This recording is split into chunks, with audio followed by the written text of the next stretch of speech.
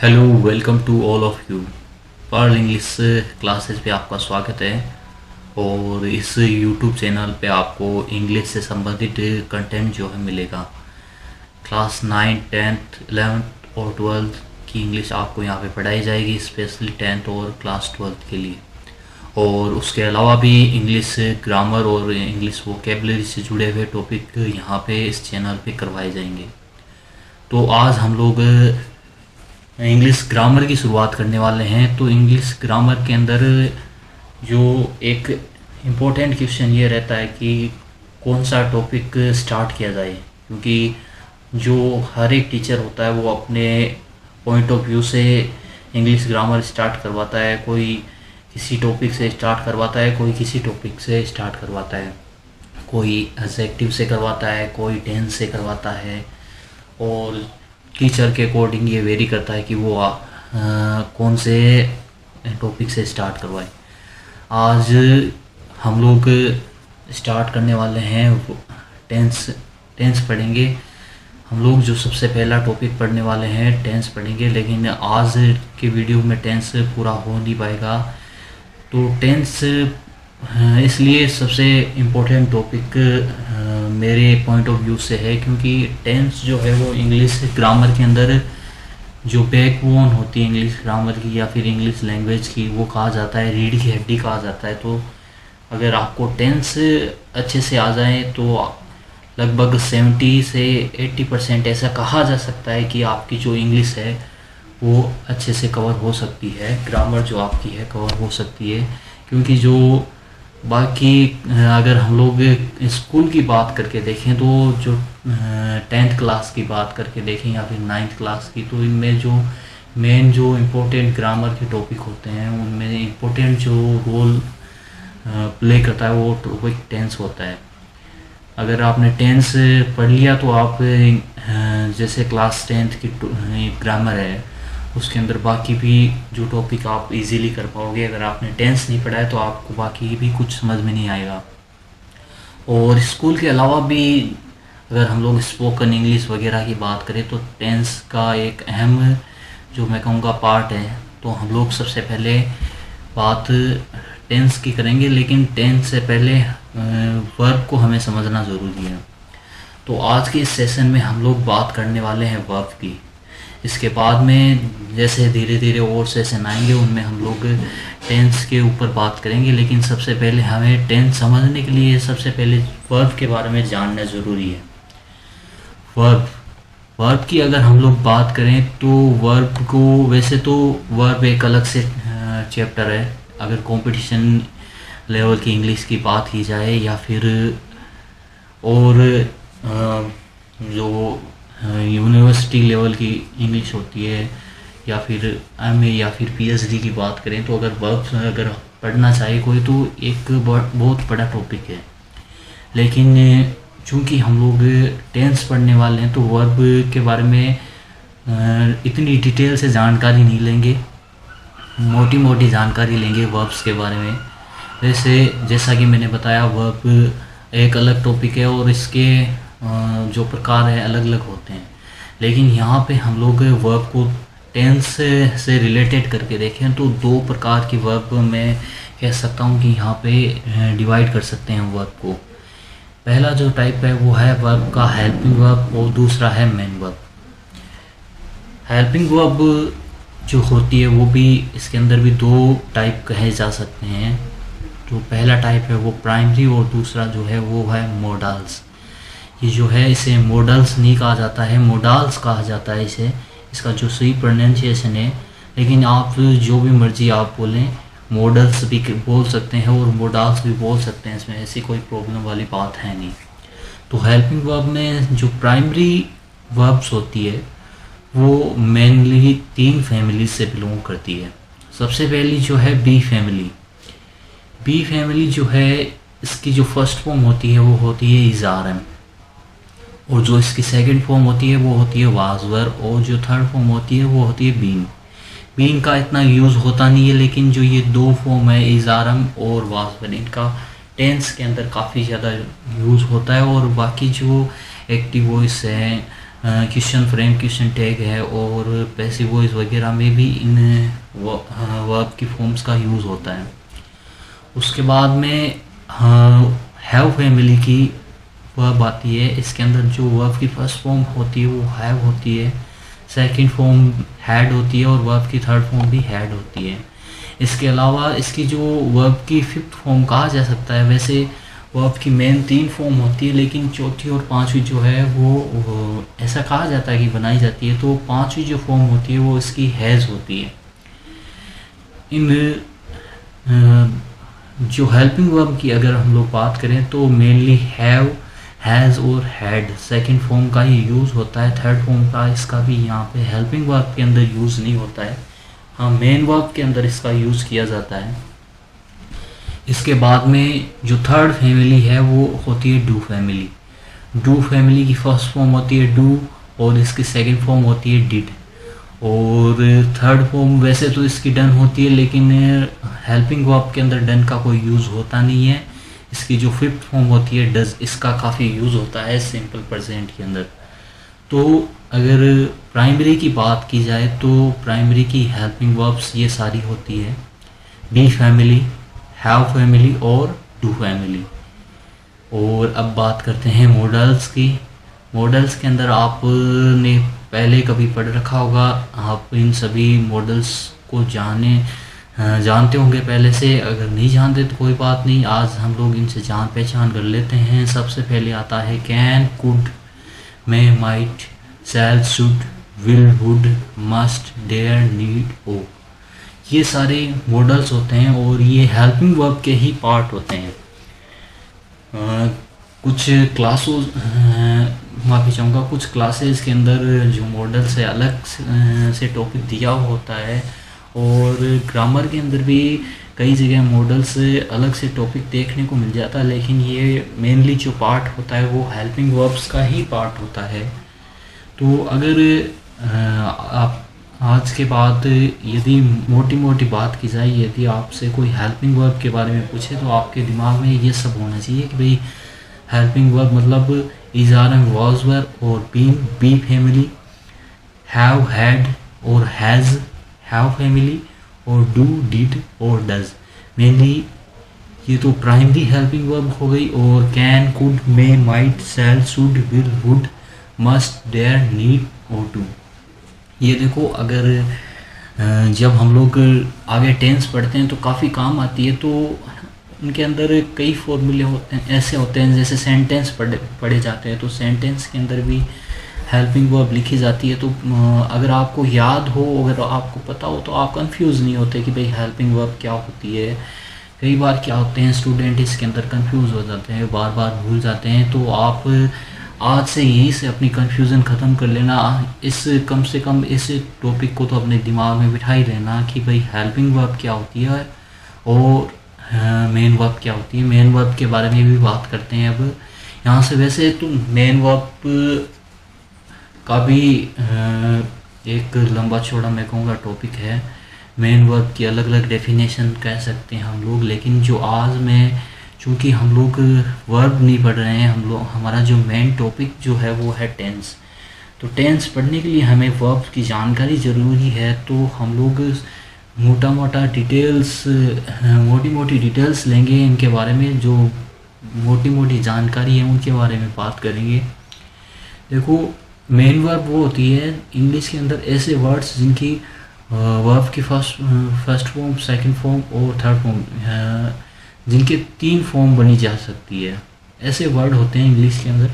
जो पहली बात तो अगर सीधे शब्दों में कहूँ तो 3 इनकी जो फॉर्म्स होती है इन वर्डों की बनी हुई होती है। और चौथी और पांचवी जैसे कि मैंने बताया पहले भी कि 5वीं फॉर्म वैसे होती नहीं है लेकिन बनाई जाती है, और जो चौथी फॉर्म है वो भी बनाई जाती है। चौथी फॉर्म जो होती है इनकी ING वाली फॉर्म होती है और 5वीं S या इनके अंदर ES जोड़ा जाता है, ये जोड़ के 5वीं फॉर्म बनाई जाती है। वैसे एडजेक्टिव के भी 3 डिग्रीज होती है, लेकिन जो वर्ब्स होती है वो, और इन एडजेक्टिव के अंदर क्या फ़र्क होता है कि जो वर्ब होती है वो किसी के बारे में एक्शन के बारे में बताती है, किसी के बारे में इंफॉर्मेशन देने का काम करती है। ये जो वर्ड्स होते हैं वो इंफॉर्मेशन देने का काम करते हैं। अगर आपको ये सब बातें इतनी अच्छे से समझ में नहीं आ रही है तो सीधी सी बात समझ लो कि इंग्लिश के अंदर ऐसे वर्ड जिनकी 3 फॉर्म तो पहले से फिक्स होती है और चौथी और पांचवी बनाई जाती है। वैसे चौथी और पांचवी भी इनके भी नियम है और ये भी फिक्स ही आप मानो इनको भी। तो ये तो बात हो गई वर्ब्स की। मेरे विचार में आपको समझ में आ चुका होगा। अब हेल्पिंग वर्ब और मेन वर्ब के 2 पार्ट के रूप में हम लोग 2 भागों के अंदर हम लोग वर्ब को डिवाइड कर सकते हैं, जो मैंने आपको बता दिया है टेंस के अकॉर्डिंग। वैसे वर्ब एक लंबा और मैं अगर कहूँ तो लंबा चौड़ा काफ़ी टॉपिक है, लेकिन अभी के लिए हम लोग वर्ब के बारे में इतनी जानकारी लेंगे। अब कुछ वर्ब्स हैं जिनके बारे में हम लोग और ज़्यादा नॉलेज लेते हैं। कुछ वर्ड्स हैं जिनके बारे में जानकारी लेते हैं और देखते हैं कि जो वर्ब्स हैं उन वर्ड्स के बारे में जानते हैं। तो चलें देखते हैं कौन कौन से ऐसे वर्ड्स हैं। तो अब हम लोग बात करते हैं वर्ब्स की। तो वर्ब्स के अंदर जैसा कि मैंने बताया वर्ब्स की 3 फॉर्म होती है और चौथी और पांचवी वैसे बनाई जाती है। और हम लोग अगर बात करें कुछ वर्ब्स मैं आपके सामने एग्जांपल लेके आया हूँ और इन एग्जांपल को अगर आपको टेंस पढ़ना है या फिर आपको कोई भी इंग्लिश के अंदर टॉपिक ग्रामर का, या फिर अगर सीधी बात कहूँ तो मैं मोटी बात ये है कि अगर आपको इंग्लिश सीखनी है तो ये जो वर्ड्स है या फिर जो वर्ब्स है वो आपको याद करनी ही होगी। ये आपको वर्ब्स आनी चाहिए। तो इन वर्ब्स के बारे में जानकारी लेते हैं, सीखते हैं, देखते हैं किसका क्या मतलब रहता है। और मैं कोशिश करूँगा कि कुछ आपको ट्रिक्स बना के बता पाऊँ जिससे आपको भी याद करने में थोड़ी आसानी हो। तो सबसे पहले बात करते हैं वैसे तो वर्ब्स बहुत सारी हैं। इंग्लिश एक लैंग्वेज है और लैंग्वेज के अंदर वर्ड्स बहुत सारे होते हैं, वर्ब्स भी बहुत सारी है। सभी को हम लोग पढ़ने वाले हैं नहीं। जो लिमिटेड कुछ रेगुलर यूजेज में आने वाली वर्ब्स हैं उनको हम लोग पढ़ने वाले हैं। तो उनमें से ही कुछ वर्ब्स जो आज आपके सामने मैं लेकर आया हूँ। तो सबसे पहले बात करते हैं हम लोग एडमिट की। एडमिट का मतलब होता है स्वीकार करना। इसका हिंदी में अर्थ होता है स्वीकार करना और इसकी सेकंड फॉर्म जो होती है और थर्ड फॉर्म होती है वो एक जैसी होती है। एडमिट की जो स्पेलिंग है उसके अंदर एक टी और ऐड करना है और ईडी ऐड करना है। जो लगभग वर्ब्स होती हैं उनके अंदर ऐसा कहा जा सकता है कि 85 से 90% जो वर्ब्स होती हैं उनके एंड के अंदर सेकंड और थर्ड फॉर्म के अंदर हमें ईडी ही जोड़ना होता है। ये जो ईडी लिखा हुआ है यही जोड़ना होता है। सभी के साथ ऐसा नहीं होता, लेकिन ऐसा हम लोग कह सकते हैं कि 85 और लगभग अराउंड 90% में ईडी ही जोड़ना होता है। तो एडमिट का मतलब होता है स्वीकार करना और इसकी सेकंड और थर्ड फॉर्म होती है एडमिटेड। अब बात करते हैं आगे वाली वर्ब की। जो आगे वाली वर्ब है हमारी वो है एडवांस। तो एडवांस आपने बहुत बार ये सुना भी होगा। इस ऐसे कई सेंटेंस बोले जाते हैं कि आजकल भाई जो ज़माना है वो काफ़ी एडवांस हो गया है, बच्चे काफ़ी एडवांस हो गए, टेक्नोलॉजी काफ़ी एडवांस हो गई है हमारी। तो एडवांस का मतलब क्या होता है वहाँ पर उस जगह पे? उस जगह एडवांस का मतलब होता है आगे बढ़ना। एडवांस का मतलब क्या होता है भाई? आगे बढ़ना। तो एडवांस की जो सेकंड फॉर्म होती है वो देखिए आप यहाँ पे ADVANCE एडवांस जो इसकी स्पेलिंग है इसमें बस डी जोड़ना है। जिन स्पेलिंग के लास्ट में ई होता है उनके अंदर अगर हम लोग ई डी जोड़ते हैं तो उनके अंदर सिर्फ डी जोड़ा जाता है। तो देखिए एडवांस यहाँ पे नज़र आ रहा है, एडवांस और एडवांस। अब बात करते हैं एडवाइस की। ये तो सभी ने नाम कहीं ना कहीं ज़रूर सुना है। एडवाइस यानी आप कह सकते हो परामर्श देना, सलाह देना। एडवाइस की जो सेकंड फॉर्म होती है वो होती है एडवाइज्ड। यहाँ पर भी हमें बस डी जोड़ना है लास्ट के अंदर। अब आती है हमारी अगली वर्ब जिसका मतलब होता है दुख देना, अफ्लिक्ट। अफ्लिक्ट का मतलब होता है दुख देना, और इसकी भी जो सेकंड और थर्ड फॉर्म है वो अफ्लिक्टेड अफ्लिक्टेड है। इसके अंदर भी सिर्फ डी जोड़ना है हमें लास्ट के अंदर। अब बात करते हैं अफेक्ट की। अफेक्ट का मतलब होता है प्रभावित करना, या इसे कहा जा सकता है प्रभाव। अफेक्ट और इससे एक रिलेटेड स्पेलिंग और है इफ़ेक्ट। तो इफ़ेक्ट और जो इफ़ेक्ट होता है वो होता है नाउन, और जो अफेक्ट होता है वो होती है वर्ब। जो ई से स्टार्ट होता है वो होता है नाउन, और जो ए से स्टार्ट होता है वो होती है हमारी वर्ब। डबल एफ आता है इसके अंदर भी, ए डबल एफ ई आ फे सी टी, अफेक्ट। और इसकी जो सेकंड फॉर्म है वो है अफेक्टेड, और थर्ड फॉर्म है अफेक्टेड। अब कई लोग ये सोच सकते हैं मेरे इस वीडियो को देख के कि भाई ये क्या ए डबल एफ ई ये क्या बता रहे हैं, पढ़ना थोड़ी सिखा रहे हैं। लेकिन मैं जिन स्टूडेंट्स को पढ़ाता हूँ तो मैं अपने स्टूडेंट्स का जो काम है वो एकदम इजी रखना चाहता हूँ। कई स्टूडेंट्स को जैसा कि मैं जानता हूँ कुछ स्टूडेंट्स हैं मेरे जिनको थोड़ी सी पढ़ने में भी प्रॉब्लम होती है, तो उनका भी मुझे थोड़ा ध्यान रखना पड़ता है। तो इस वजह से आप इस बात का ध्यान रखें। अगर आपके मन के अंदर ऐसा कोई विचार आए तो अगली जो वर्ब है हमारी वो आपने कहीं ना कहीं अपने मोबाइल के अंदर ज़रूर देखा होगा। अगली जो वर्ब है हमारी अलाउ, ये जो नाम है आपने अपनी मोबाइल के अंदर कहीं ना कहीं ज़रूर देखा होगा। जब भी हम लोग कोई एप्लीकेशन इंस्टॉल करते हैं तब नाम आता है अलाउ परमिशन। तो मतलब परमिशन देने की आज्ञा, क्या क्या आप आज्ञा देना चाहते हो भाई, किस किस की यूज़ की आप आज्ञा देना चाहते हो। A double O W allow. अगर आपने नहीं देखा तो अब की बार कोई भी एप्लीकेशन इंस्टॉल करो तो आप देखना उसके अंदर एप्लीकेशन में परमिशन अलाउ मांगते हैं, आज्ञा मांगते हैं परमिशन के अंदर। तो अलाउ की सेकंड फॉर्म होती है वो होती है अलाउड, और थर्ड जो फॉर्म होती है वो भी अलाउड होती है। ईडी जोड़ना है इसके अंदर। अब हमारी जो अगली वर्ब है वो है अम्यूज़। अम्यूज़ यानी होता है मनोरंजन करना। तो आपने नाम सुना होगा अम्यूज़मेंट पार्क, बड़े बड़े शहरों के अंदर अम्यूज़मेंट पार्क्स होते हैं, मतलब जो मनोरंजन किया जाता है वो वाले पार्क्स। और यहाँ पे अम्यूज़ का मतलब है मनोरंजन करना, और इसकी सेकंड और थर्ड फॉर्म भी अम्यूज़ड है। ई टी लगाना है, डी लगाना है सिर्फ इनके लास्ट के अंदर। एक जो वर्ब होती है वो होती है एब्यूज़, बस यहाँ पे एम की जगह बी आ जाता है उसके अंदर। एम्यूज़ का मतलब मनोरंजन करना होता है, और एब्यूज़ का मतलब गाली देना होता है।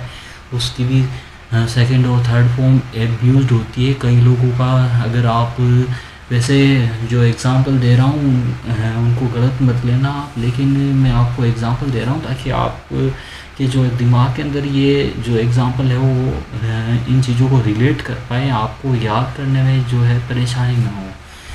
जैसे मैंने कहा एम्यूज़ का मतलब मनोरंजन करना होता है, और यहाँ पे क्या यदि हम लोग बी लगा दें तो हो जाता है एब्यूज़, जिसका मतलब होता है गाली देना। तो कुछ लोगों को गाली देने में मनोरंजन मिलता है, कुछ लोगों को गाली सुनने में भी मनोरंजन मिलता है। तो आप इस चीज़ को रिलेट कर सकते हो। अब आगे हम लोग जिस वर्ब की बात कर रहे हैं वो उसका मतलब है क्रोध करना, गुस्सा करना, एंगर।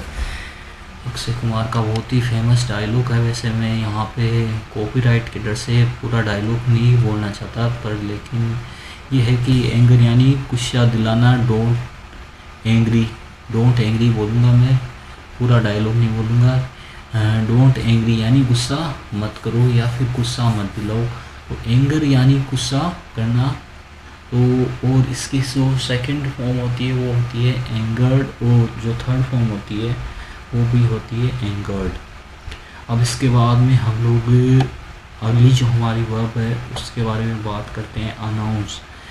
और ये जो वर्ड है ये भी आपने ज़रूर पहले कहीं ना कहीं ज़रूर सुना होगा। अनाउंस की सेकंड फॉर्म जो होती है अनाउंस्ड होती है, और थर्ड फॉर्म भी अनाउंस्ड ही होती है। सेकंड और थर्ड फॉर्म जो हम लोग आज वर्ब्स पढ़ने वाले हैं उनकी लगभग सभी ही सेम रहने वाली है, सेकंड और थर्ड फॉर्म। अनाउंस अनाउंस आपने ज़रूर सुना होगा। अनाउंसमेंट नाम घोषणा होने वाली है। रेल के अंदर जब हम लोग सफ़र करते हैं तो रेलवे स्टेशन पे अनाउंसमेंट्स होती है, तो उस अनाउंसमेंट का मतलब क्या होता है भाई? घोषणा करना, है ना। तो उद्घोषणा या फिर घोषणा करना एक ही बात है यहाँ पे। अब अगली वर्ब की बात करते हैं, तो अगली वर्ब जो है एनोई है, और एनोई का मतलब होता है तंग करना, परेशान करना। इसकी जो सेकंड और थर्ड फॉर्म होती है वो होती है एनोइड। यहाँ पे लास्ट के अंदर ईडी जोड़ना होता है। और अगली अगर हम लोग वर्ब की बात करें तो अगली वर्ब है अपील। अपील यानी प्रार्थना करना।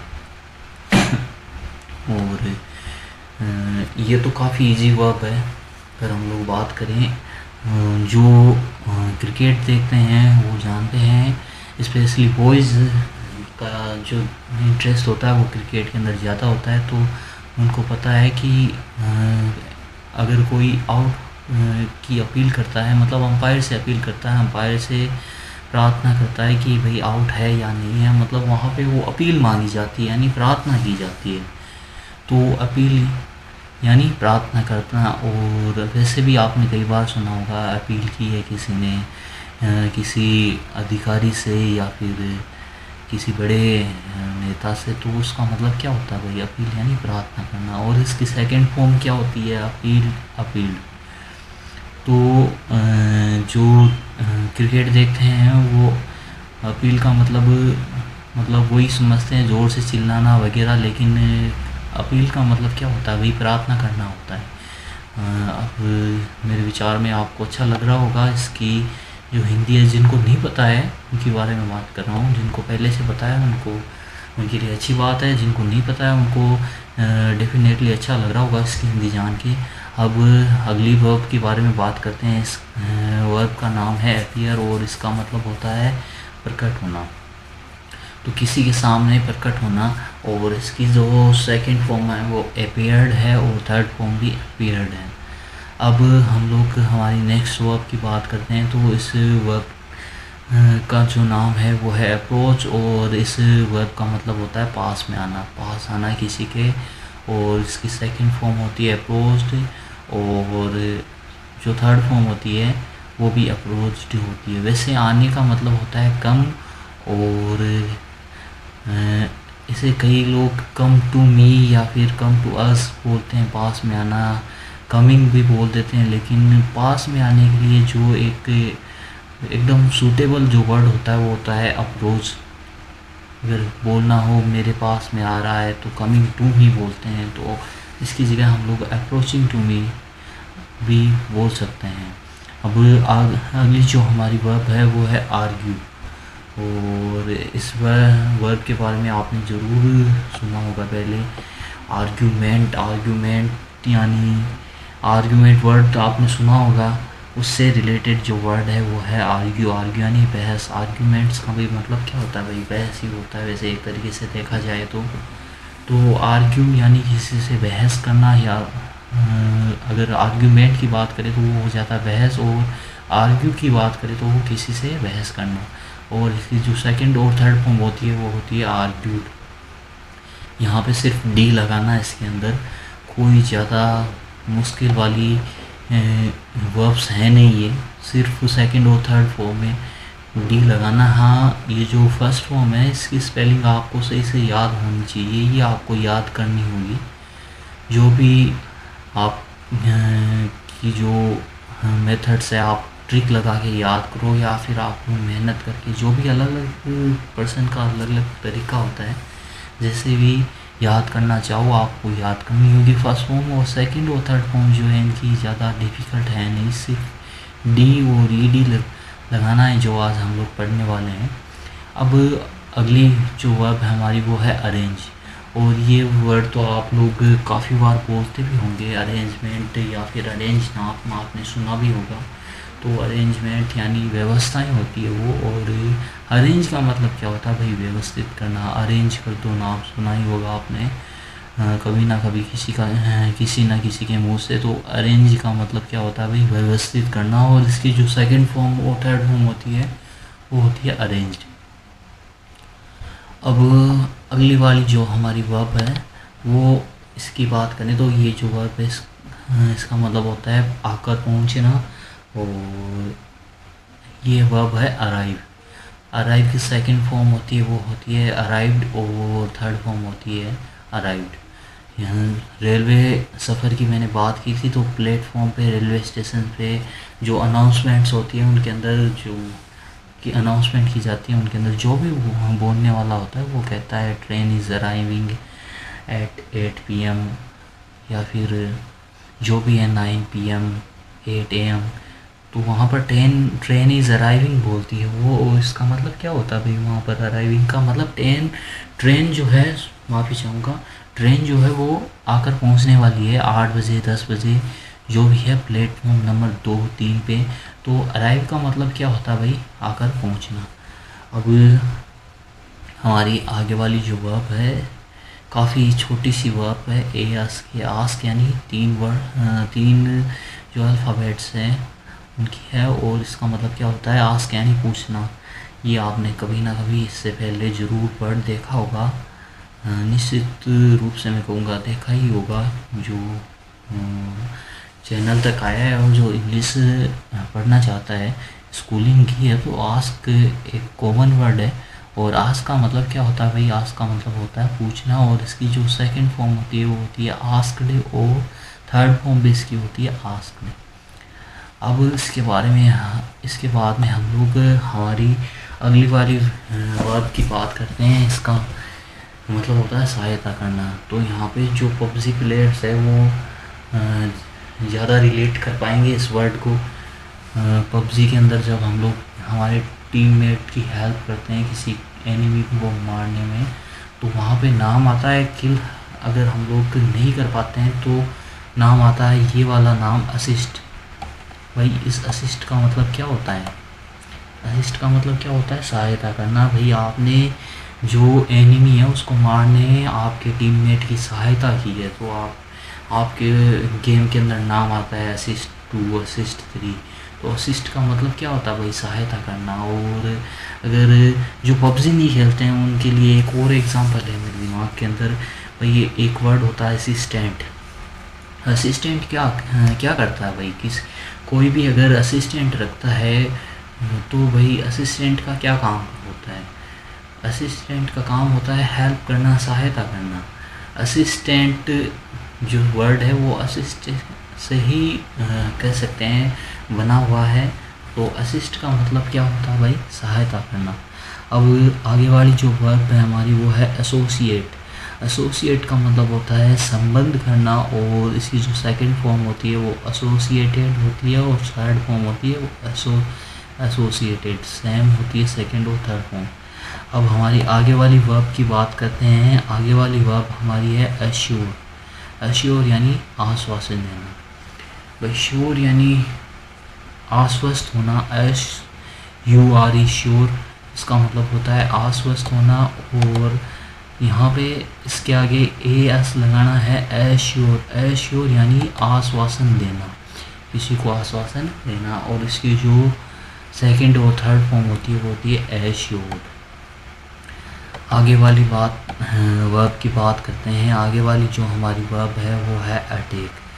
और इस वर्ब के बारे में कौन नहीं जानता, कभी लगभग सभी ने नाम इसका सुन ही रखा होगा। अटैक का मतलब भी सभी को पता है। अटैक का मतलब होता है आक्रमण करना, और इसकी सेकंड फॉर्म और थर्ड फॉर्म होती है अटैक। और अब हम लोग आगे वाली जो वर्ब है इसके बारे में बात करते हैं। तो ये हमारी जो वर्ब है इसका मतलब है अवॉइड यानी दूर रहना, या फिर कह सकते हैं हम लोग टालना। भाई हमें क्या अवॉइड करना चाहिए हमारी लाइफ के अंदर, जो बैड फ्रेंड सर्किल है उसको अवॉइड करना चाहिए, और हमारा जो आलस है उसको अवॉइड करना चाहिए, है ना। उससे दूर रहना चाहिए, उसको टाल देना चाहिए। बुरी संगति से हमें दूर रहना चाहिए, उसको अवॉइड कर देना चाहिए। तो इसकी सेकंड फॉर्म होती है वो है अवॉइडेड, और जो थर्ड फॉर्म होती है वो है अवॉइडेड। अब हम लोग हमारी आगे वाली वर्ब की बात करते हैं, और आगे वाली हमारी वर्ब है अवेकन। अवेकन का क्या मतलब होता है भाई? अवेकन का मतलब होता है जगाना। वेक का मतलब जागना, और ये देखिए अवेकन के अंदर आपको वेक नज़र आ रहा है। वेक का मतलब होता है जागना, और इसके अंदर हमें ए और लास्ट के अंदर एन लगाना है, और इसका मतलब हो जाएगा जगाना। तो अवेकन की सेकंड और थर्ड फॉर्म होती है अवेकन्ड, ई डी लगाना है लास्ट के अंदर, और अवेकन। अब हम लोग हमारी नेक्स्ट वर्ब की बात करते हैं। जो हमारी नेक्स्ट वर्ब है वो है बैक।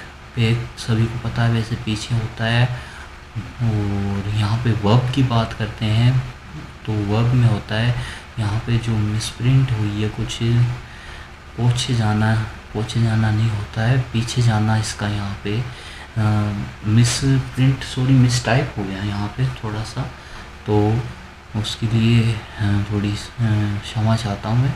और इसका मतलब होता है पीछे जाना, और समर्थन करना भी होता है बैक, यानी किसी को बैक करना, किसी का समर्थन करना।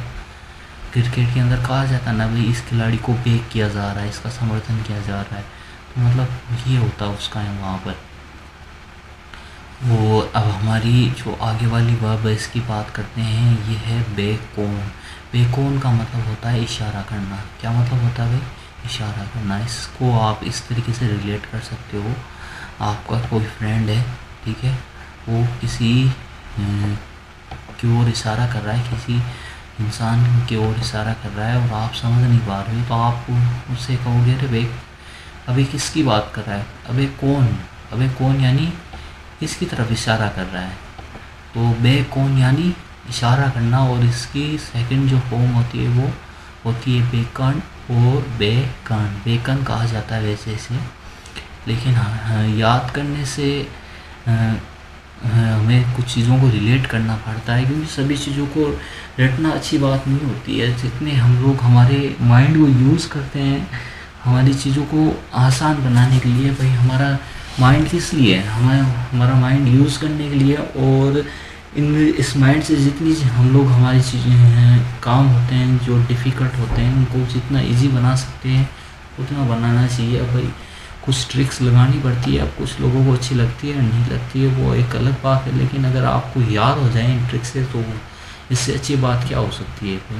और मुझे इंग्लिश के अंदर ऐसे ट्रिक लगा के वर्ड्स को याद करना काफ़ी अच्छा लगता है, रटने से अच्छा मुझे लगता है ऐसे ट्रिक्स बनाऊँ मैं वर्ड्स की और उनको मैं याद करूँ, क्योंकि ये जो होती है ट्रिक्स, इनसे वर्ड जो होते हैं परमानेंट याद रह जाते हैं। और टाइम के साथ आपको ऐसे ट्रिक्स देखने को मिलेगी, और आपको भी कई वर्ड्स के अंदर ऐसा लगेगा कि हाँ भाई ट्रिक्स काम में आती हैं। तो अब हम लोग हमारे आगे वाले वर्ड की बात करते हैं, आगे वाली वर्ब की बात करते हैं। तो ये आगे वाली वर्ब है बेग, BEG बेग। बेग यानी प्रार्थना करना या फिर मांगना।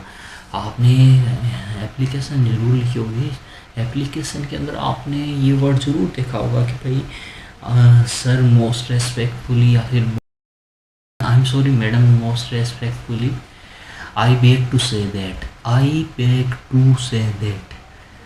तो इस बेग टू से दैट का मतलब क्या होता है भाई? बेग टू से दैट यानी मैं आपसे ये प्रार्थना करता हूँ और आपसे ये कहना चाहता हूँ। तो यहाँ पे बेग का मतलब क्या होता है भाई? प्रार्थना करना होता है, और इसकी सेकंड फॉर्म क्या होती है? बेग्ड। अब जो आगे वाली जो हमारी वर्ब है वो है बिहेव, और इसकी सेकंड और थर्ड फॉर्म है बिहेव्ड। ये जो वर्ब है ये तो सभी ने इससे रिलेटेड जो वर्ड है वो सुन रखा होगा। उसका भाई हम लोग कई बार किसी के बारे में कहते हैं उसका बिहेवियर कैसा है, या फिर सुनते हैं ये बात कि उसका बिहेवियर अच्छा है, उसका बिहेवियर अच्छा नहीं है। तो बिहेवियर यानी व्यवहार होता है, और बिहेव का मतलब क्या होता है भाई? व्यवहार करना। आप किसी के साथ कैसा बिहेव करते हो, कैसा व्यवहार करते हो। और इसकी जो सेकंड फॉर्म और थर्ड फॉर्म होती है वो होती है बिहेव। अब हम लोग बात करते हैं हमारी नेक्स्ट वर्ब की। हमारी जो नेक्स्ट वर्ब है वो है बिलीव, और बिलीव का मतलब होता है विश्वास करना, और इसके सेकंड फॉर्म और थर्ड फॉर्म होती है बिलीव्ड। तो यहाँ पे बी तो काफ़ी इजी है स्पेलिंग के अंदर, और LIVE कर देते हैं कुछ लोग, कुछ बच्चे, कुछ स्टूडेंट्स कर देते हैं। इसकी याद जो करते हैं स्पेलिंग, उसके अंदर गलती ये करते हैं कि ये जो EV लगाना है ये आपको याद रखना है। लास्ट के अंदर स्टार्टिंग में BE, उसके बाद में LI और उसके बाद में EVE रखना है, क्योंकि लीव नाम आता है तो लीव की स्पेलिंग LIVE होती है और यहाँ पे LIEVE है। तो ये बात ध्यान रखना आपको ये मेरे विचार में, अगर इस EVE को याद रखते हो तो आपके कभी कंफ्यूजन नहीं होगी और आप कभी भूल भी नहीं पाओगे इस वर्ब को, आपकी लाइफ के अंदर कभी नहीं भूल पाओगे। अब हम लोग आगे वाली वर्ब की बात करते हैं। आगे वाली वर्ब हमारी है ब्लिंक। ब्लिंक का मतलब होता है पलक झपकाना या फिर आंख झपकाना। इसकी सेकंड फॉर्म और थर्ड फॉर्म होती है ब्लिंक। आगे वाली हमारी वर्ब इसकी बात की जाए तो ये जो वर्ब है इसका मतलब होता है ब्लेम, यानी दोष लगाना। भाई हम लोग काफ़ी बार सुनते हैं कि ये ब्लेम मुझ पे मत डालो, ये दोष, ये आरोप मुझ पे मत लगाओ, या इसने इस पे ब्लेम लगा दिया। तो इस ब्लेम का मतलब होता है आरोप लगाना, दोष लगाना, और इसकी सेकंड फॉर्म और थर्ड फॉर्म होती है ब्लेम्ड। और अब हम लोग बात करते हैं बूम। बूम यानी गरजना, बिजली के अंदर आवाज़ आती है ना भाई बूम की, उसका मतलब क्या होता है गरजना। वो इसकी सेकंड फॉर्म और थर्ड फॉर्म होती है बूम्ड बूम। अब हम लोग नेक्स्ट वर्ब की बात करते हैं तो इसका मतलब होता है वो यानी झुकना, और BOWED इसकी सेकंड और थर्ड फॉर्म यही होती है। अब जो हमारी नेक्स्ट वर्ब है इसका मतलब है श्वास लेना, ब्रेथ यानी श्वास लेना। ये तो वही सबसे ज़रूरी वर्ब है ना। इसके बिना हमारा जो लाइफ, हमारा जो जीवन है वो कंप्लीट नहीं है। ब्रेथ नहीं लेंगे तो ये जो वर्ब है, ये जो एक्शन है ह्यूमन के लिए सबसे ज़्यादा ज़रूरी है। ब्रेथ, ब्रेथ यानी श्वास लेना, और इसकी सेकंड फॉर्म है ब्रेथ और ब्रेथ। अब हमारी जो नेक्स्ट फॉर्म है इसका मतलब है BURY, बरी बरी यानी गाड़ना, और सेकंड फॉर्म बरीड है और थर्ड फॉर्म भी इसकी बरीड है। अब जो नेक्स्ट हमारी वर्ब है वो है CALL, कोल। कोल यानी बुलाना, और थर्ड फॉर्म इसकी क्या है भाई कोल्ड, कोल्ड और कोल्ड। सेकंड और थर्ड फॉर्म क्या है कोल्ड। तो कोल का मतलब क्या होता है भाई, मोस्टली रिलेट करते हैं फ़ोन करने से, लेकिन कॉल का मतलब क्या होता है बुलाना भी होता है। तो आज के सेशन में मेरे विचार में, मेरे ख्याल से इतनी वर्ब्स काफ़ी है। अगले सेशन में हम लोग कुछ और वर्ब्स के बारे में बात करेंगे, और टेंस स्टार्ट करने से पहले हमारे जो इम्पोर्टेंट वर्ब्स हैं उनके बारे में हम लोग बात करेंगे, उनके बारे में जानेंगे। इन वर्ब्स को याद करना ज़रूरी है। आपको इंग्लिश सीखने के लिए वर्ब्स आना बहुत ज़रूरी है, वर्ब्स याद करना बहुत ज़रूरी है। ऐसा कहा जा सकता है कि भाई आप इंग्लिश वर्ब या अगर आपको आ जाए तो आपको इंग्लिश आए या फिर नहीं आए इसकी गारंटी नहीं है, लेकिन अगर आपको वर्ब भी नहीं याद है, वर्ब नहीं आ रही है, तो इस चीज़ की गारंटी बिल्कुल है, 100% है कि आपको इंग्लिश नहीं आने वाली है। तो वर्ब याद करना आपको काफ़ी कंपलसरी है और ज़रूरी है। मैं यहाँ पर स्पोकन इंग्लिश की बात नहीं कर रहा हूँ, कुछ लोग एक्सेप्शन होते हैं, उनके बारे में बातें नहीं की जा रही है। जैसे कि कुछ गाइड होते हैं वो कभी वर्ब्स वगैरह ये पढ़ते नहीं हैं, लेकिन फिर भी उनको काफ़ी अच्छे से इंग्लिश आती है, तो वो एक्सेप्शन है, अपवाद है, उनके बारे में बात नहीं की जा रही है। अगर आपको अच्छे से ग्रामर पढ़ना है और इंग्लिश को सीखना है तो ये वर्ब्स आपको आनी ज़रूरी है। तो आज के सेशन में इतना मेरे ख्याल से काफ़ी है, और अब हम लोग आगे जो सेशन होगा उसके अंदर और वर्ब्स के बारे में, जो डेली यूजेस वाली वर्ब्स हैं, जो सबसे ज़्यादा यूज़ में आती है, उन वर्ब्स के बारे में और पढ़ेंगे। तो अगर आपको वीडियो अच्छा लगा हो तो वीडियो को लाइक कीजिए और चैनल को सब्सक्राइब कीजिए। Thank you.